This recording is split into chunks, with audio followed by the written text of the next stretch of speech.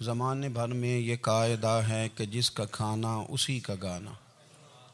حضرت حکیم الامت فرماتے ہیں کہ زمانے بھر میں یہ قاعدہ ہے کہ جس کا کھانا اسی کا گانا، تو جن کا ہم کھا رہے ہیں انہی کے پھر گیت ہم گا رہے ہیں۔ کائنات ارضی اور سماوی پر سب سے بڑا، سب سے شاندار، سب سے خوبصورت، سب سے ٹھنڈا، سب سے امن والا جو انقلاب ہے وہ میرے نبی پاک نے برپا فرمایا۔ بڑی یہ کم نصیبی ہے کہ مسلمانوں میں فرقے بن گئے اور امت تقسیم ہو گئی اور تقسیم ہونے سے کمزور ہو گئی۔ لیکن افسوس کی بات یہ ہے کہ لوگ اس بات کو سمجھنے سے عاری ہیں کہ عید میلاد النبی صلی اللہ تعالیٰ علیہ وسلم تو امت اس بات کے شکر کے طور پہ مناتی ہے کہ اللہ نے ہمیں اپنے نبی کا غلام بنایا۔ آؤ میں تمہیں مسلم شریف پڑھ کے سناتا ہوں، اور راوی بھی وہ بندہ جو ہر وقت حضور کے قریب رہتے تھے، حضرت انس بن مالک رضی اللہ تعالیٰ۔ آپ فرماتے ہیں مجھے وہ دن بھولتا ہی نہیں، میں بھلا سکتا ہی نہیں جس دن میرے نبی پاک مکے سے ہجرت کر کے مدینہ طیبہ تشریف لائے۔ حضور اس دن کیا ہوا تھا؟ تو حضرت انس بن مالک فرماتے ہیں ساری بیبیاں چھتوں پہ چڑھ گئیں، ساری عورتیں اپنے اپنے کام میں مصروف ہوتی ہیں، کوئی کسی وجہ سے چھت پہ چڑھ جائے تو چڑھ جائے، ساری کٹھی تب بھی چڑھتی ہیں جب گلی میں کچھ ہو، جب کوئی انوکھی بات۔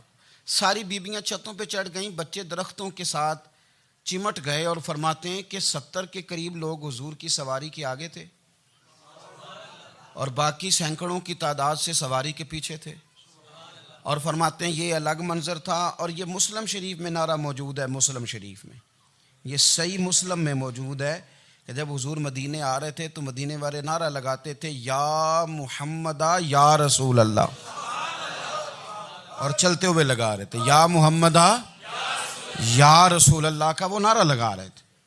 اور پھر حضرت انس بن مالک فرماتے ہیں یہ دو منظر یہ تھے، ایک تیسرا منظر بھی تھا۔ مدینہ شریف کے اندر کچھ قبیلے تھے، آج بھی ایسا ہونا نہیں چاہیے، یہ اسلام نہ صرف اس کو ناپسند کرتا ہے بلکہ اس کی تردید کرتا ہے۔ چھوٹی برادری بڑی برادری آج بھی تقسیم ہے، نہیں ہونی چاہیے۔ عرب کے اندر بھی تقسیم تھی، کچھ قبیلوں کو چھوٹا جانتے تھے، کچھ کو بڑا جانتے تھے۔ ایک قبیلہ تھا بڑا قبیلہ، بنو نجار کا، چودھریوں کا قبیلہ، سیٹھوں نوابوں کا قبیلہ، بڑے لوگوں کا قبیلہ۔ اس قبیلے کی بیٹیاں ایک کونے میں دف لے کے بیٹھ گئیں۔ نبی پاک صلی اللہ تعالیٰ علیہ وآلہ وسلم کے غلاموں بات کو سمجھیں۔ ایک منظر یہ کہ عورتیں چھتوں پہ، آج ہم منع کریں گے کیونکہ یہ پردے کی آیتیں نازل ہونے سے پہلے کی بات ہے، اب آیتیں آ گئیں، اب ہم یہ اجازت نہیں دیتے۔ عورتیں چھتوں پہ چڑھ گئیں، مرد گلیوں میں نعرے لگانے لگے، اور بنو نجار قبیلے کی بیٹیاں چھوٹی بچیاں وہ ایک کونے میں دف لے کے بیٹھ گئیں اور وہ پڑھنے لگیں طلع البدر علینا۔ اب تو میلاد غریبوں میں رہ گیا ہے، ہمارے یہاں فیشن ہو گیا ہے، جب حالات خراب ہوتے ہیں تو لوگ برکت کے لیے میلاد کراتے ہیں، اور جب امیر ہو جاتے ہیں پھر انہیں میلاد کے جائز ہونے کی دلیل ہی کوئی نہیں ملتی، پھر وہ یہ فیشن ہے۔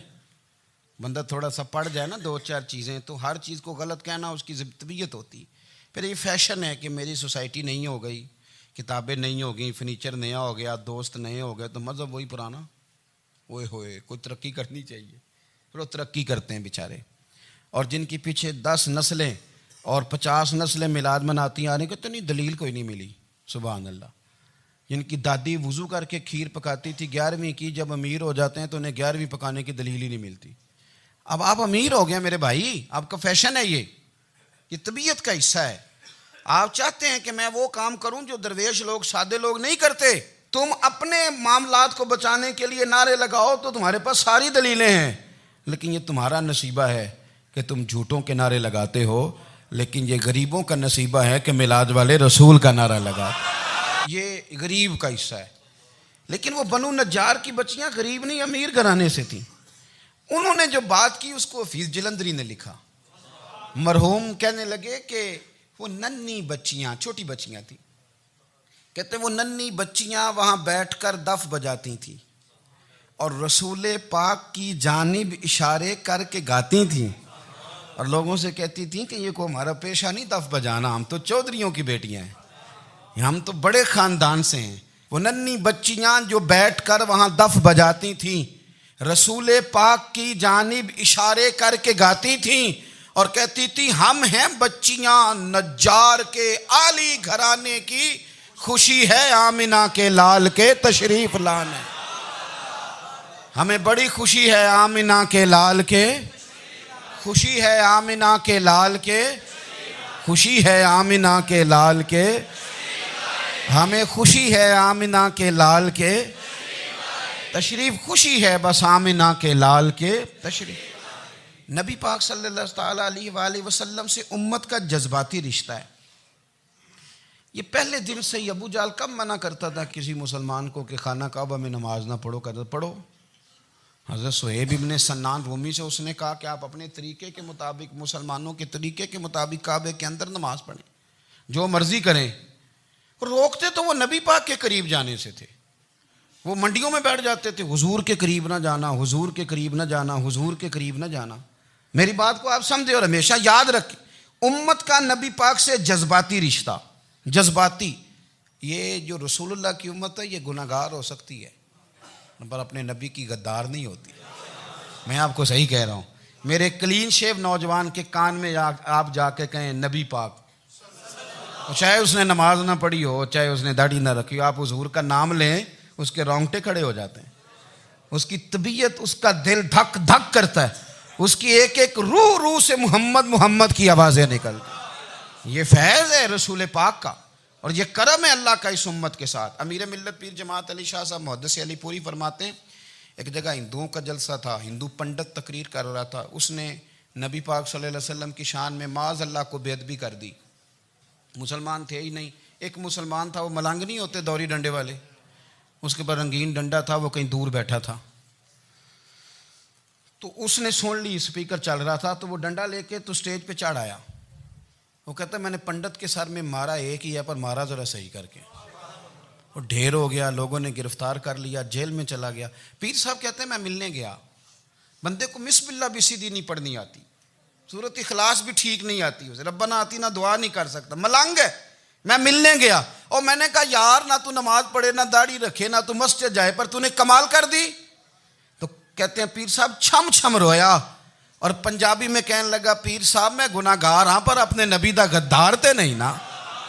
یہ گناہگار اور غدار میں فرق ہوتا ہے، میں گناہگار ہوں پر یہ تو نہیں نا کسی کی ضرورت کہ میرے سامنے میرے نبی کے بارے میں بات کر جائے اور ساڈی اچھی تے سچی سرکار نو گل کر جائے۔ یہ بات آپ سمجھیں، دشمن احمد پہ شدت کیجئے، ملحدوں سے کیا مروت کیجئے، شرک ٹھہرے جس میں تعظیم رسول، اس برے مذہب پہ لعنت کیجئے، اور مثل فارض زلزلے ہوں نجد میں ذکر آیات ولادت کیجئے اور یا رسول اللہ کی کثرت کیجئے۔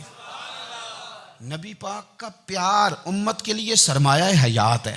رسول پاک کے ساتھ امت کا والہانہ رشتہ ہے۔ نبی پاک کے ساتھ والے حضرت خبیب کو گرفتار کر لیا مکے والوں نے، اس وقت غربت تھی اسلام پر، مکے میں سارے لوگ اکٹھے ہو گئے اور چوک میں پھانسی دینے لگے حضرت خبیب کو۔ کہنا آسان ہے، کرنا بڑا مشکل ہے۔ بندہ جیل میں الجھ جائے تو میں نے بڑے بڑے سیانے لوگ معافیاں مانگتے دیکھے، بڑے بڑے لوگ کہتے دیکھے ہیں کہ یہ کام بڑا، قید تنہائی بذات خود ایک مصیبت ہے۔ آپ کو اکیلا رہنا پڑ جائے نا، یہ لاک ڈاؤن ہوا ہے تو لوگ نفسیاتی مریض بن گئے، اکیلے رہنا، تنہا رہنا کوئی چھوٹا کام ہے۔ حضرت خبیب اکیلے اور مکے کا دور اور چاروں جانب کافر، اور چوک میں جب پھانسی پہ لٹکایا جانے لگا تو ابو سفیان بولے اور بول کے کہنے لگے یار بندہ کوئی کام کر کے بڑا پچھتاتا بھی ہے کہ یار نتیجہ کیا نکلا، تو معاذ اللہ آپ کا بھی نتیجہ تو پھانسی ہے، تو آپ کا کیا خیال ہے؟ یہ آپ یقین کریں کہ لوگ صحیح صحیح ساتھ چلتے ہیں، تھوڑی سی دشواری اٹھانی پڑ جائے تو کہتے ہیں میں گاڑی ٹھیک تھا، پر انہی پتھروں پہ چل کے اگر آ سکو تو آؤ، میرے گھر کے راستے میں کوئی کہکشاں نہیں ہے۔ لوگ نا میٹھا میٹھا کھانا چاہتے ہیں، تھوڑا کڑوا آ جائے تو مصیبت بن جاتی، کہتے ہیں سارے ہی فلانے سے پیار کریں گے تو میں کروں گا، سارے مخالفت بھی کریں گے تو ہم انشاءاللہ پیار ہی کریں گے۔ یہ کیا بات ہوئی کہ ہم زمانے کا رنگ دیکھ کے چلیں گے؟ اب بعض لوگ پچھتا رہے ہوتے ہیں حضرت خبیب سے کہا، ابو سفیان نے ابھی کلمہ نہیں پڑھتے تھے، کہنے لگے تو اس وقت پھانسی پہ لٹک رہا ہے اور تیرے نبی مدینے میں اور آرام میں، اور ان کے صحابہ آرام میں، اہل بیت گھر میں، تیرے ذہن میں اگر اس وقت یہ بات ہو کہ اس وقت تیری جگہ پہ وہ ہوتے معاذ اللہ، تو پھر کیا ہوتا؟ مجمع غیروں کا، علاقہ غیروں کا، یہ ٹائم آیا تھا اب نعرہ رسالت لگانے کا، اب ٹائم آیا حضرت خبیب نے نعرہ رسالت لگانا ہے، پر لگانا کس طرح ہے کہ کافر یاد رکھیں۔ حضرت خبیب سے کہنے لگے اگر تیری جگہ حضور ہوتے تو پھر تیرا کیا خیال ہے معاذ اللہ؟ تو حضرت خبیب کہنے لگے تم ابھی بھی نہیں سمجھے؟ ٹھیک ہے میں مکے میں اکیلا ہوں، سارے لوگ مدینے میں ہیں، پر میں پچھتا نہیں رہا، میں تو فخر کر رہا ہوں، میں فخر کر رہا ہوں اس لیے کہ چوری کر کے جان نہیں دے رہا، مدینے والے کی عزت پہ جان دے رہا ہوں، میں فخر کر رہا ہوں۔ فرمایا سن، تو کہتا ہے تیری جگہ حضور ہوتے اور تم انہیں یہاں معاذ اللہ پھانسی پہ لٹکاتے۔ فرمایا سن، میں تو یہ بھی پسند نہیں کرتا کہ میں گھر میں بیٹھا ہوں اور میرے نبی کو ہلکا سا کانٹا بھی چبھ جائے، ہمارا اپنے نبی سے محبت کا رشتہ ہے، ایک کانٹا بھی حضور کے قدم مبارک میں چبھے ہمیں برداشت۔ مجمع ان کا تھا، نعرے لگ رہے تھے، ہم نے مسلمان